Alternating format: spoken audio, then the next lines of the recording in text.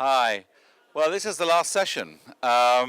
You've made it to the very last session, and it's probably the most important session of the whole of the weekend, bar perhaps the one in favour of women's peacemaking. I really think, and I'm really looking forward to this particular discussion. My old friend Tim Phillips is back here again. I just want to thank him for his continued support of Beyond Borders, but also my new friends, Bill and Joan, who I think we're going to do something very special in Santa Fe. So I'm going to leave it to the maestro, Oscar. But before I do, I just really want to thank my staff and my volunteers. I don't know, you know.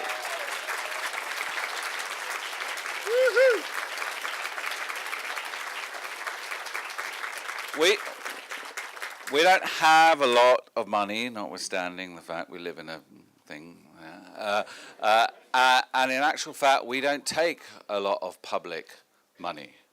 Actually, much of Beyond Borders is also financed by private individuals who are committed to precisely what we say, international dialogue and cultural exchange between nations. So I want to thank all of them. They know who they are.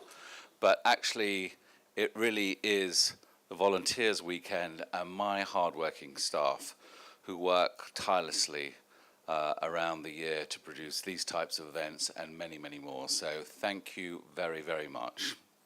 And hope to see you next year.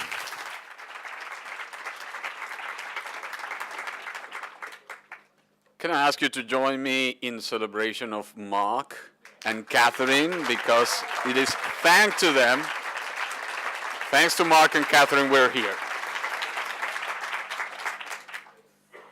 Before moving to Great Britain, I lived in the United States, in Houston, Texas, in particular. I tell you, some of perhaps the most boring city I've ever, I've ever been. But I fell in love with it. And I fell in love with an America that I, as a Latin American, I thought I knew. And I learned that I didn't know anything about the US. So my experience in those 5 years, in between, being in Houston every day of the week and escaping to New Orleans during the weekends, out of that experience grew a book which actually brought me here to Beyond Borders back in 2010. It was cheekily titled, "What if Latin America Ruled the World?" And although the answer is incredibly simple, we would all dance better, the actual drive behind the book was this idea about the transformation of the United States. And the main thesis of the book was that the United States of America was the next Latin American country. But of course, for that to happen, serious internal rifts would occur. There would have reactions to the rise of Hispanics and so on and so forth would happen. And to my amazement, the book was published in 2010. I've seen that happening in the United States. I've followed the current presidential campaign for 2 years. I spent part of my teaching time at the University of Connecticut, teaching there, teaching mostly African American and Latino kids who have become incredibly active politically. So I really welcome this opportunity to share this panel with these three amazing, absolutely amazing, amazingly wise people. Now, they wanted to identify themselves as American concerned citizens. They are not political analysts, but every single one of them has had incredible experiences. Joan, for instance, on my right, has described herself as an expert on First Lady law. You'll see what that means. William, of course, is going to bring the experience of Beyond Borders to Santa Fe. And given his resume, given his wonderful career, we know we're being led by the best. And you already know Tim, who is going to become one of the protagonists of my next book. You don't know it, but you're there already. He's a peacemaker, and the art of the making of peace is something that we haven't written enough about. So, without any further ado, please join me to welcome these three wonderful concerned American citizens.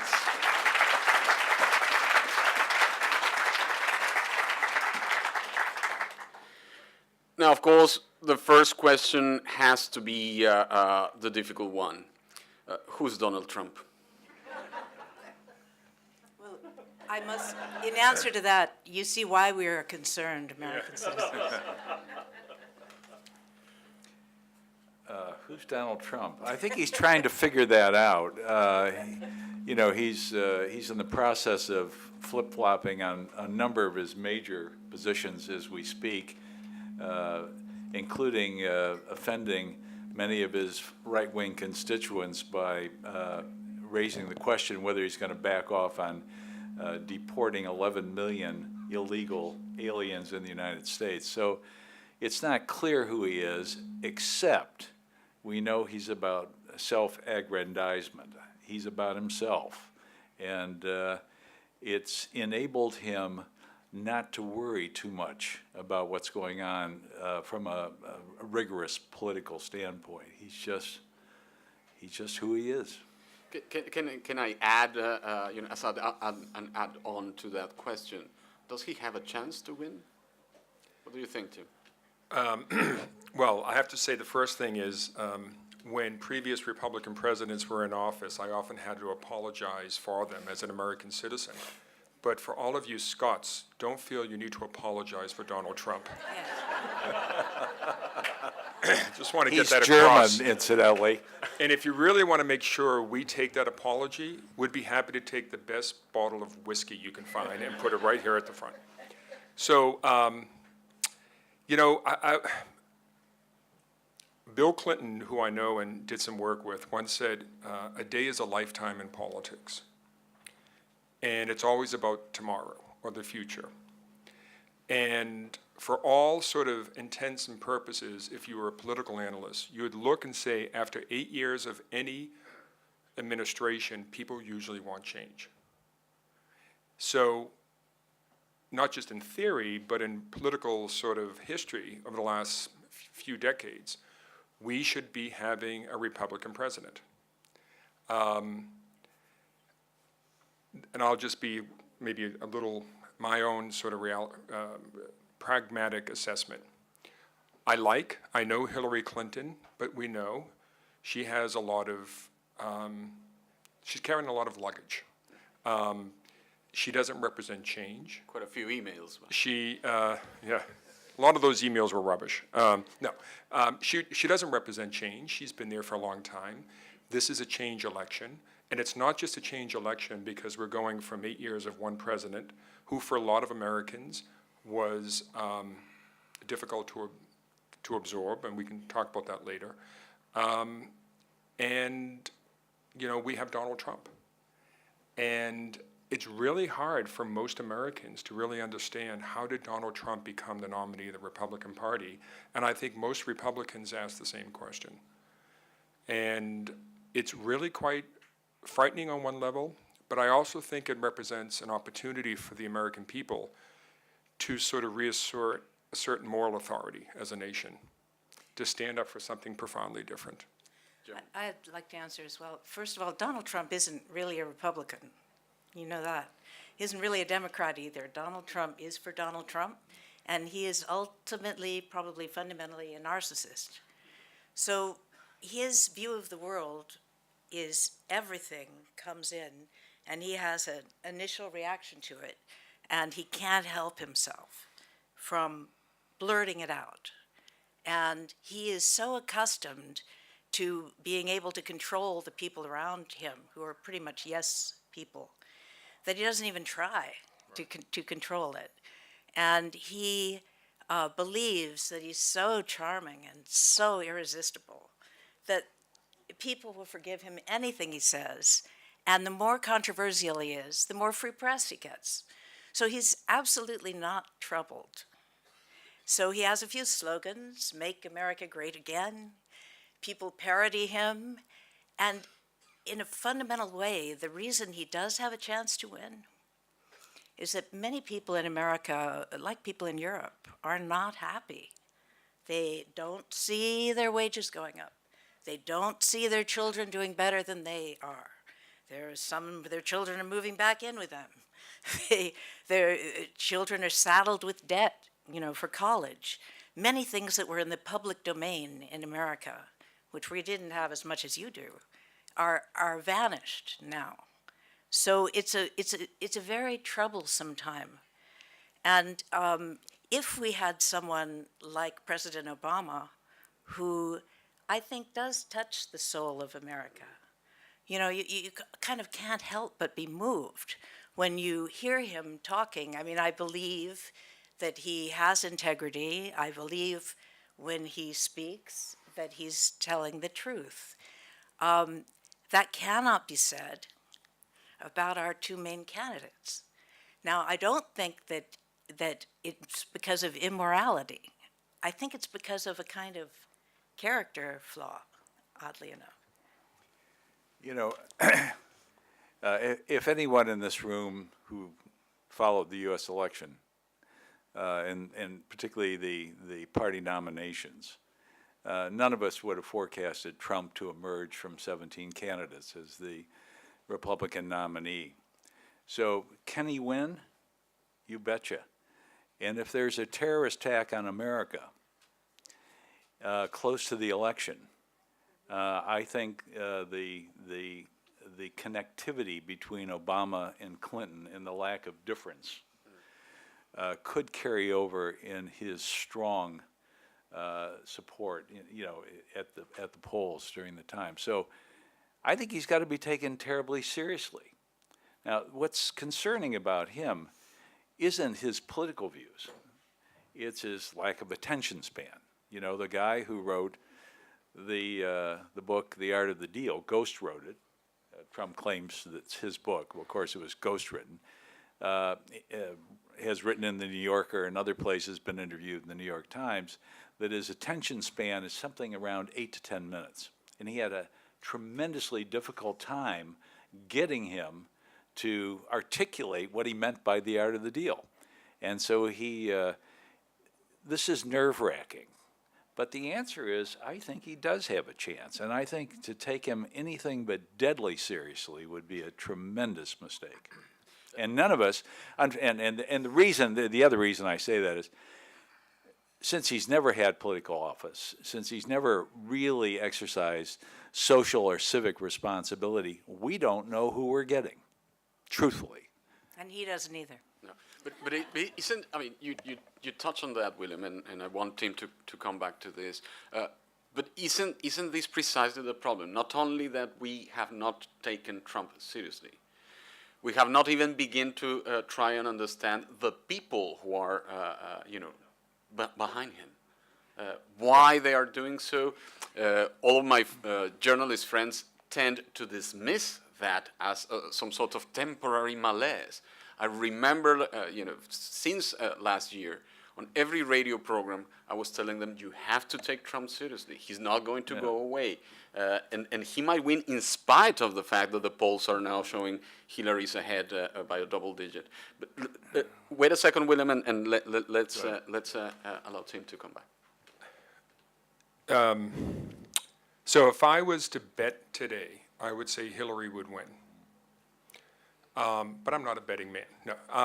If I was to bet today, I would say she would win, because fundamentally, I think the American people, enough American people look at Donald Trump and they look at a person and say, he is not fit to be president of this nation. They may not like Hillary Clinton or vote Democratic or traditionally could be conservative, independent, or even very conservative. But for people who I think really take the time to think and go somewhere else, maybe in their soul, and say, this person will represent our nation. And what I hope is there are more of those sort of swing voters who say, we cannot let this man be president. He doesn't have the character, and the things he has said, calling for the assassination of his opponent, all of these other things are really outrageous. But demographically, I remember after the last presidential election, people thought that the Democrats would be the presidential party and the Republicans would be the congressional party based on the demographic shift in key states that would benefit Democrats because of the increasing population of Latinos, Asian Americans, African Americans. But as I mentioned earlier, people want change. And it's not just because we're going from an 8-year administration and therefore they want new. Like we saw here on the Brexit discussion in the UK, you know, there is a fundamental inflection shift going on in the UK, Western Europe, and the United States. I think we need a new social contract in our country. I think globalization has really hit people in ways that are profoundly disturbing. And to your question about why are people voting for Donald Trump, there's always going to be crazies. They're going to be the fringe. They're going to be the deep racists and the alternative, whatever Hillary was calling it. But here's the thing. New York Times 10 months ago had a story from a group of Princeton economists. One of them was a Nobel Prize winner. And he looked at mortality rates in the United States. And the data that shocked them the most was that middle-aged white Americans between 45 and 57, mostly working class and middle class, had higher mortality rates than African Americans and Latinos in the United States. And what's happening is they're dying from heart disease, cancer, diabetes, and suicide. So their entire social world, jobs, dignity, opportunity, the American dream that seemed to be theirs after World War II is gone. And they've been ignored. And so, as a friend of mine says, who's a brilliant psychiatrist, when people are in pain, they need somebody to blame. So Donald Trump comes along and manipulates the living hell out of these people. And he's blaming everybody else, from elites to Mexicans to you name it. You're talking about immigrants, how often they go after Syrian immigrants.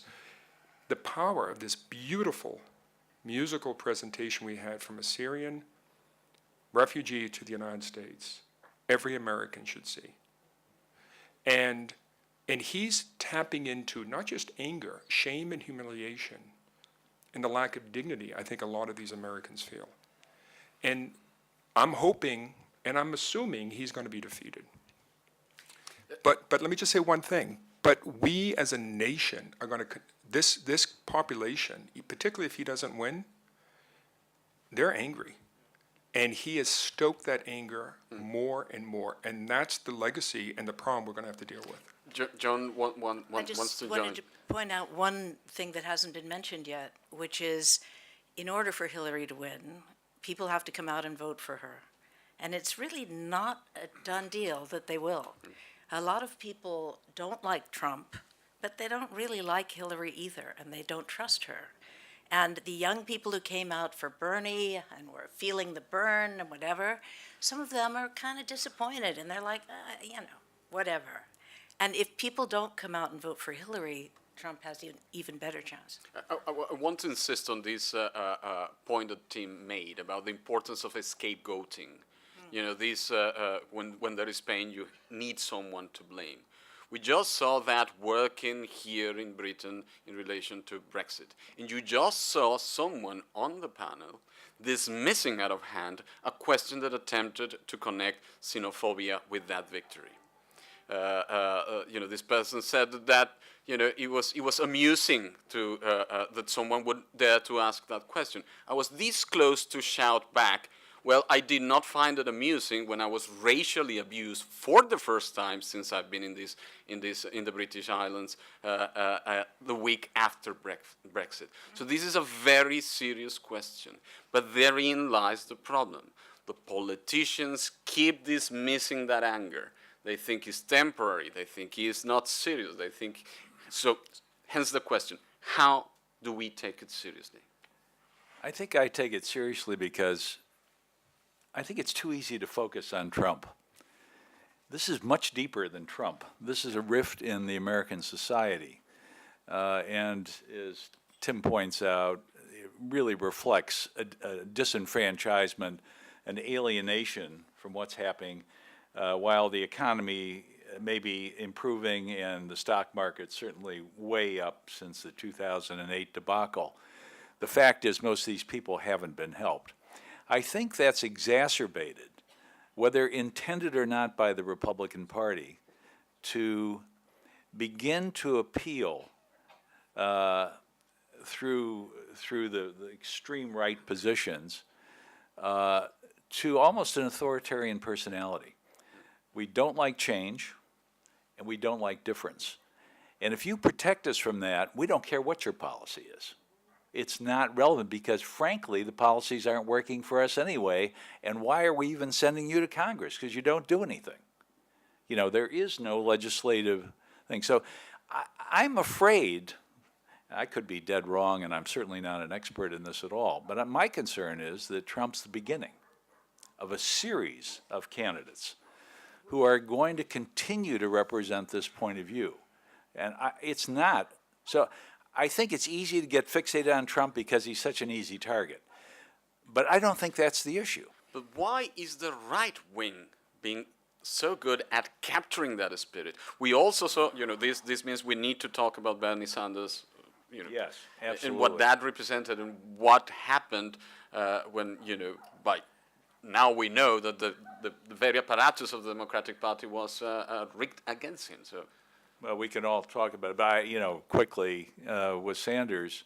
Sanders touched the heart and soul of many, many young Americans, and it turns out that his legislative promises had about a snowball's chance in hell of being adopted. But it didn't matter. This isn't about rationality. This is about the emotional appeal of a message that Sanders produced. And it's had a profound impact because it's brought Hillary far more to the left than she would have ever been. Absolutely. The whole trade agreement issue, she was almost forced into while the Obama administration supports it. So I think Sanders is really important in this election. And the question that Joan raises is whether or not we can get these young people out to vote for Hillary because they don't like her. It is, of course, very difficult, and what adds to that difficulty is the role of the mainstream media. Also, most of these kids, I've spent a lot of time with them, and they would look for their news and so on by comparing alternative media outlets on the internet and so on and so forth. They're not your usual Fox News versus CNBC person. Which means that we do have a communication problem here. You pointed out this is not about rationality, this is about emotions. What kind of emotions are we dealing with here? Or let me rephrase that question, since the title of this panel is The Battle for the Soul of America. Does America have a soul? Of course. I'd like to say one thing I'm sure of is Scotland has a soul. Yeah. I mean, it's palpable. You've been here for a week, and you feel it. And America has that also, and I think that's why so many of us really love America. I happen to be from San Francisco, and to me, it's got a strong affinity to this area, and also it's all about poetry, and it's all about the individual and community and neighborhood and all of that. I think that each of us has has a very strong relationship to our community, and in a sense, a handle on the soul of America.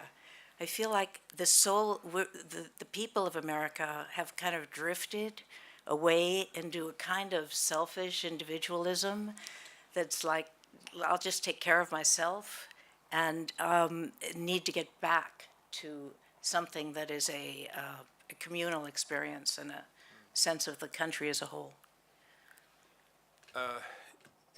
Yeah, I mean, when you were speaking, I thought of that line from Yeats that the best lack all conviction, while the worst are full of passionate intensity. And,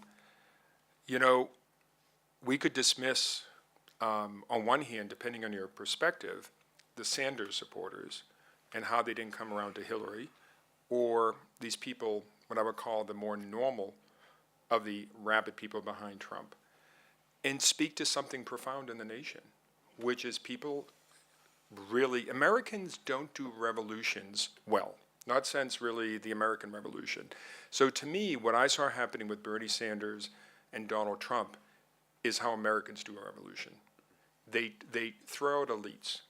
And really, I think what you're seeing is elites are being challenged on every level, at least politically, because it's easier to go after them because you have the ballot box than those who have capital.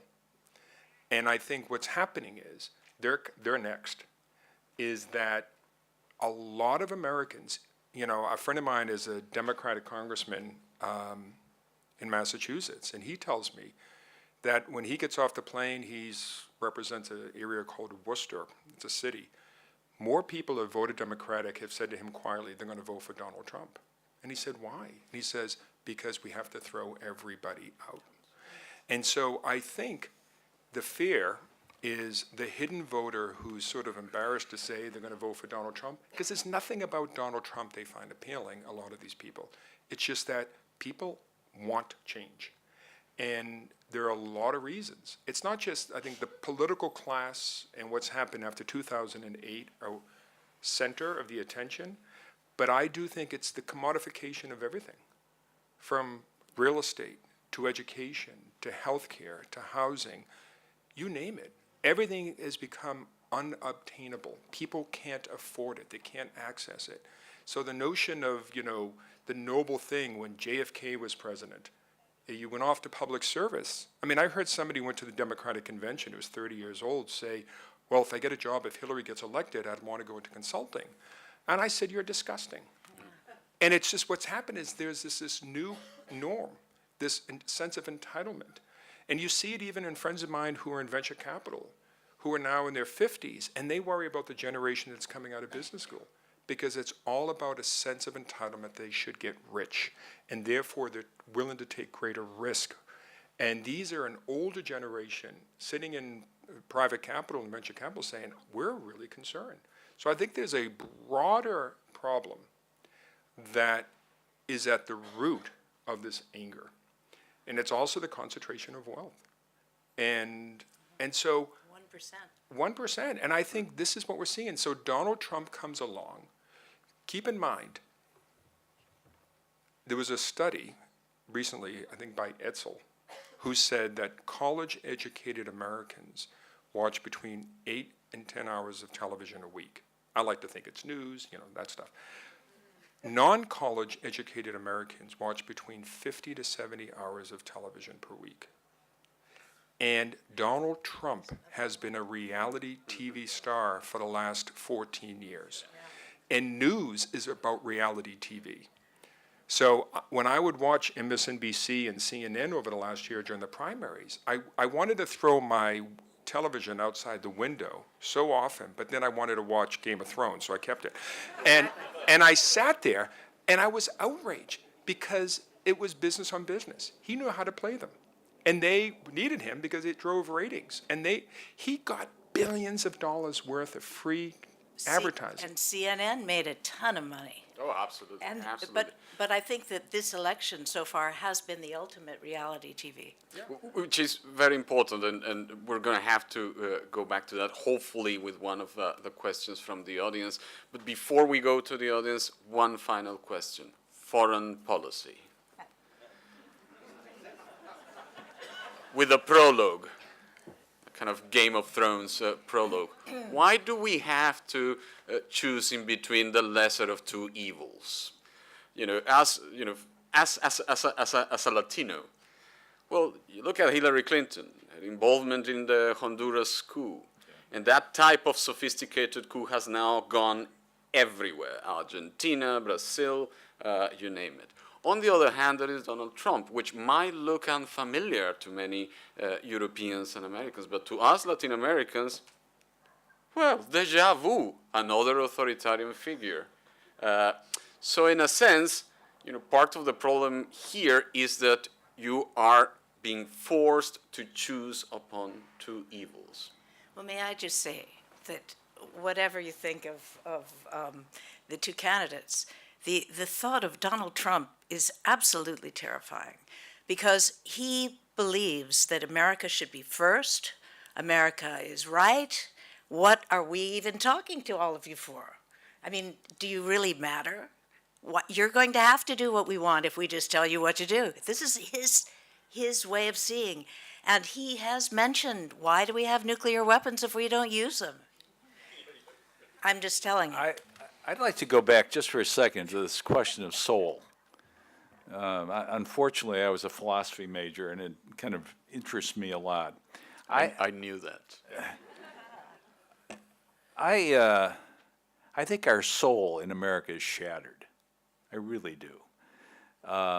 And it's shattered because we haven't had a real leader. What would Beyond Borders be without Mark? You remember John F. Kennedy? He wasn't around much, but his impact was, profound in a short time because soul is palatable, right? You feel it, as Joan said about Scotland. You feel it in a place like Santa Fe. You feel it here in the borderlands. We haven't got leaders who are articulating visions that are bringing the country together. In fact, what they're doing is allowing Congress to tear the country into separate, Factions. conflicting camps. So this question of soul is a real one for me. I really think it's about leadership. And I think until we have leaders who are able to inspire citizens to come together, and I think much as the First Minister, I mean, how could you not be impressed with her today? I mean, that's leadership. Her articulate point of view about the fellowship program was extraordinary. So for me, and I look at on foreign policy and on particularly nuclear weapons, which Creative Santa Fe is doing. We're doing a whole symposium on nuclear weapons in December. This is, of course, scary. Now, the American people don't have an appetite for another war. I mean, we don't want war. Nobody does. And a lot of Trump is bravado. It is not something you could take to the bank and feel good about. So you don't know where this guy is, and of course that's the scary thing. Even though Hillary is certainly going to be more to the hawkish side than Obama, and I must say I don't think Obama has shown leadership. I've supported him. I've had Michelle Obama in my home. But he hasn't been able to capture the hearts and soul of the American people. And this is a terrible failing. And he certainly hasn't been able to unify Congress. So I'm back on this leadership thing, and I don't see it here.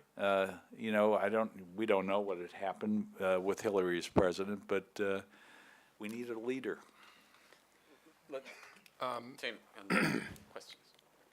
I mean, I agree everything you said about the earlier session, and I was telling the First Minister earlier today that 2 or 3 years ago, Mark had me go with him to the Scottish Parliament, and I spoke on this panel of the power of small nations.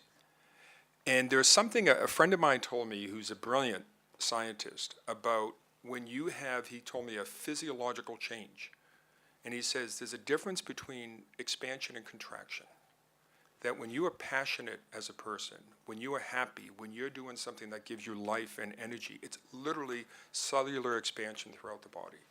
The opposite is contraction. When you're fearful, anxious, stressed, you pull in, you close, right? That's a fundamental human experience. And happens to nations as well. And what I observe happening here in Scotland is even though there's this big question, should you break away, get independent and so forth, it's tapping into a renewal of the Scottish soul because it's about who we are as a people and can we be on our own. And that's more about expansion than contraction. I think what's happening to the American nation is about contraction. We're pulling in and we're fearful. We're stressed. We're anxious. This isn't feeling right. And this is where true leadership, because when Nelson Mandela came out of prison, we all think back of this iconic change. But when he came out of prison, the ANC wanted payback. They wanted nationalism. They wanted people put in prison. And he said no. And I remember, I know, because we did a lot of work in South Africa, his former speechwriter wrote the speech that Mandela was going to give as soon as he stepped out of Robben Island. And he gave him the draft before he left. And he got it back with handwritten notes from Mandela. And Mandela wrote, F.W. de Klerk is an honorable man. So the speechwriter says, Madiba, comrade, you can't say that. I mean, look what you just came out of 27 years of prison, apartheid. You know, we still haven't ended it yet. He said, but he has to disprove it. That's leadership. And it's at a moment like this in the United States, and I'm sure the same here in the United Kingdom, where true leadership is needed. And FDR gave that to a nation, because we forget there were people like Father Coughlin. There was America First. I mean, FDR had a sort of shuck and jive, the Lend-Lease program, to get, ships to Churchill. And because we're in Scotland, one poem which FDR hand wrote to Churchill. He said, "O sail on, O ship o' state, sail on so fine and great. Humanity with all its fears, with all its hope for future years, rest gently upon thy fate." And I think today, the United States needs that in the reverse, to recognition that, humanity's fears for leadership, moral leadership, needs to be renewed. And I think this is the issue of the soul of our country right now. Can we take three questions, and I'll give you the first word. A set of two questions, if you please. Over here, the two ladies in front. Hi, thank you. That was an incredibly fascinating discussion, and I would just like an immediate question coming up after what you were saying about, just all that you were saying about the soul and the need for expressiveness and expansion and identity. Isn't that, my sense is that you don't think that that's what Bernie Sanders was offering to young people, whereas from here we could easily think that, like, look, he's new, he's progressive, young people love him. Why isn't he that what you're looking for? Okay, that's one, and then over here. Tim, everything that you have said about emotions over rationalism and looking at the US state at present seems to me to mirror what has happened here in UK with Farage in stirring up emotion over reason. And what is clear here is that nobody really truly expected Brexit, and so nobody was prepared. And actually, other than in Scotland, where we where we did have some leadership, we were at sea for a very long weekend before anyone spoke out. Have any of you, or do you think any of your statespeople, have actually addressed what happens if Trump gets in? Remember, Farage just appeared with Donald Trump telling them about Brexit. Joan? I just wanted to make a follow-up on the leadership question, because I think that when Trump thinks about leadership, he thinks about Putin, and he has an identification with him, and he could like to be. Mine is bigger than yours. Yeah, takes his shirt off and poses with a tiger and God knows what, right? That appeals to him. It makes him feel good. So the other thing is that usually in America, we have a deep bench of future leaders that are lined up. They come from all the different states. They know each other. That's what our parties do. The Democratic Party usually nurtures them, brings them along. Who's going to speak at the convention, right? That's how Clinton was discovered. All of this. But now it seems like ever since Hillary decided that she was going to be the next candidate, and that's on 2 elections now, it was like hands off the nomination. I don't want to cultivate that young Latino charismatic person from California. I don't want to cultivate this person, from Virginia. It's kind of like hands off, it's mine. And the problem with that is we haven't been cultivating those leaders and having people believe in the democratic process. Can we address the two questions? Well, I think on Sanders, you know, the following was a lot of young people. I think Sanders' message was, we're going to give you more. We're going to give you free education. We're going to give, and incidentally, a lot of which I might personally endorse. But it was, we're going to make your lot in life better. It wasn't asking people to do something for the country, which is the Kennedy position. But I think fundamentally, those of us who have been following these campaigns closely, in my case, I am a Democrat, his programs had zero chance of ever being adopted, even if the Democrats win the Senate, which it looks like they have a good shot at. So it wasn't realistic. Bernie was interesting, but from my perspective anyway, it wasn't going to fly. Programs weren't going to fly, so therefore you couldn't take him too seriously. I mean, yeah, I mean, I think Bernie Sanders really tapped into something important, and I think he came across as authentic. And I mean, I think his policies, even the most liberal economists and others said this won't fly, even in a Democratic Congress. But it was his authenticity that really mattered. And I will say to my good friend Oscar, I mean, it's not a choice between two evils. Hillary Clinton is not an evil person. She's a deeply flawed person, like all political leaders are. She's been around a long time. And let's not forget, you know, she's a woman. And we heard the conversation earlier. There's a lot of, you know, problems with a woman being president, as there was and still is with a black man being president in the United States. And that's a real truth, and I don't think it's unique to the United States. So, I mean, if you just tally up all the beyond outrageous, almost criminal things that Donald Trump has said, has been just horrendous is not the word. It's beyond that. And I'll just say one thing that goes unspoken. But his language and rhetoric has traumatized millions of young children across the United States. I know my nonprofit has been contacted by a group in Oakland.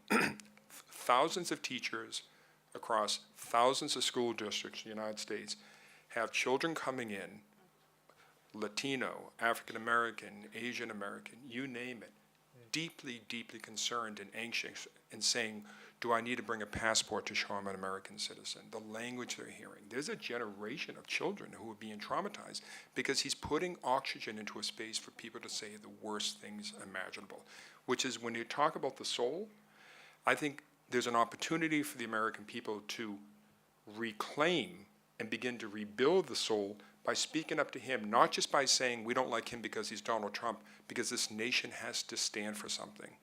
And I think that's the way to defeat Donald Trump. And I think actually Hillary in the convention started to do that. She did. Tim is right in saying that the real evil is externalizing evil. Yep. Let us get another two questions over there. This was alluded to earlier on, and I'm interested in what the panel would think. If you were an Islamic extremist, would you not want Donald Trump to be the President of the United States? Because he would just feed everything that they abhor and would just it'd be exactly what they want. So if I was an Islamic extremist, I probably would be planning an activity around about the election just to turn public opinion. I'd be interested in people's views on that. And another one over here. Don't scare her. Intimidation. This is not a Trump rally, can't speak up. Yeah, you can speak up. Get that woman out of here. I have to confess, I know very little about the American Constitution. But Trump, from what I can see and what I've heard him say, he scares me a great deal from the point of view of the world. Assuming for a second he gets voted in and he becomes President of the United States, solely on the rhetoric that he comes out with and solely on the things that he says being so outrageous, is there anything within the American Constitution that would be able to kind of move him aside? if he behaves in a way which is unacceptable to the American people and to the international community, is there anything within the Constitution which would be able to say, like, you are unfit to be president of this country? We Latin Americans are very good at that. Even we're ruling the world even that way. Joan. Well, I'm ashamed to say, or maybe proud to say, that the American Constitution gives very little low bar about what it takes to be president. You have to be over, what is it, 35? 35, yeah. And that's that. and I think you have to be an American citizen, and that's it. No qualifications. No qualification. So, no on that. But I do think that it's not as though it's all over for the world if he's elected. I mean, a lot of us are developing contingency plans, of course. I'm looking at property outside of Aberdeen. Well, my husband's talking about New Zealand. So I wanted to ask the First Minister if we can all come to Scotland. Yes. But I meant contingency plans of what to do in the United States to circle the wagons and make sure that things are all right. And there are a lot of sane people who are available to go into that cabinet. One thing about Trump is he really has no people. He has no coattails.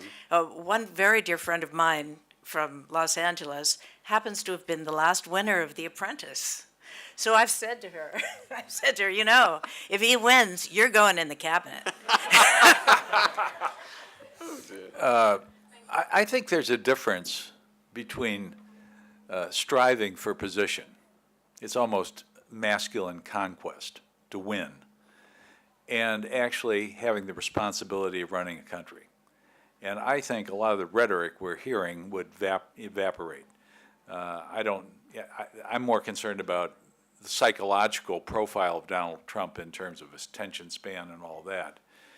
But I don't think he's trying to win this election. He'll do damn near anything, and that's been obvious from the whole primary.